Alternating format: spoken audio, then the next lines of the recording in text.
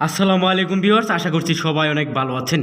বিশেষ করে যারা প্রবাসী ভাই বোনরা রয়েছেন, আপনাদের জন্য একটা দারুণ সুখবরটি হলো আপনারা যারা প্রবাসী রয়েছেন, এমআরপি পাসপোর্ট তৈরি করার জন্য কাগজপত্র দিয়েছেন অথবা ই পাসপোর্ট তৈরি করার জন্য কাগজপত্র জমা দিয়েছেন, সেক্ষেত্রে আপনাদের জন্য দুটি আপডেট দিয়েছে বাংলাদেশ পাসপোর্ট অধিদপ্তর।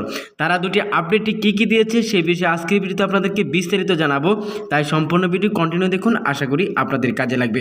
প্রিয় দর্শক, এক নম্বরে যে আপডেটটি সেটা হচ্ছে আপনারা যারা কাগজপত্র জমা দিয়েছেন, সেটা ই পাসপোর্টই হোক আর এমআরপি পাসপোর্টই হোক, তার জন্য আপনি যদি একটি মোবাইল নাম্বার দিয়ে থাকেন, সেই মোবাইলে কিন্তু আপনার একটি এসএমএস চলে যাবে। সেই এসএমএসটি গেলেই বুঝতে হবে যে আপনার পাসপোর্টটি রেডি হয়ে গেছে। আপনি কোন এম্বাসি থেকে, কোন দূতাবাস অথবা হাইকমিশন থেকে পাসপোর্টটি সংগ্রহ করতে হবে, সেটা আপনি এসএমএসে পেয়ে যাবেন। সেই এসএমএসটি পাওয়ার সাথে সাথে আপনি এসএমএসের মধ্যে লেখা থাকবে, তখন আপনি সেই এসএমএস অনুযায়ী আপনি পাসপোর্টটি সংগ্রহ করতে পারবেন। এটা ছিল এক number.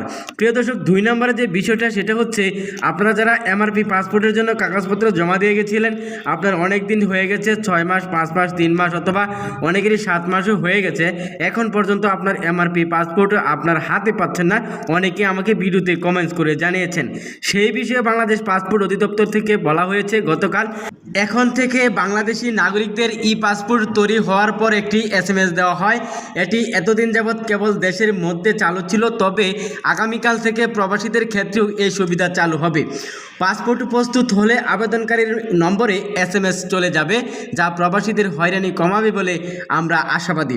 Machine readable MRP passport প্রসঙ্গে তিনি বলেন, দাপ্তরিক জটিলতায় 1,97,000 এমআরপি পাসপোর্ট প্রবাসীদের জন্য পেন্ডিং অবস্থায় ছিল, তবে গত 3 সপ্তাহে 1,82,745টি পাসপোর্ট বিভিন্ন দূতাবাসে পাঠানো হয়েছে এবং সেগুলো বিতরণ শীঘ্রই শুরু হবে বলে তিনি জানিয়েছেন।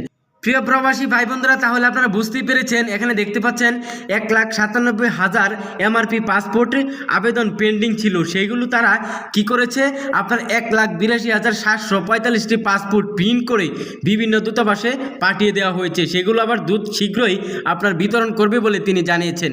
তবে আপনারা যারা যে দেশে অবস্থান করছেন, সেই দেশের হাইকমিশনে গেলেই আপনার পাসপোর্টটি দ্রুত পাবেন।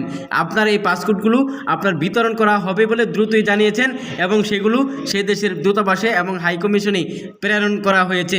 আপনার এই পাসপোর্টগুলো দ্রুত পেয়ে যাবেন এবং নতুন করে যারা ই পাসপোর্টের জন্য আবেদন করবেন বা ই পাসপোর্টের কাগজপত্র জমা দিয়েছেন, আপনাদের ই পাসপোর্ট রেডি হলেই এসএমএস যাবে মোবাইলে, সেই এসএমএস পাওয়ার সাথে সাথেই আপনার ই পাসপোর্ট সংগ্রহ করতে পারবেন বাংলাদেশ হাইকমিশন থেকে।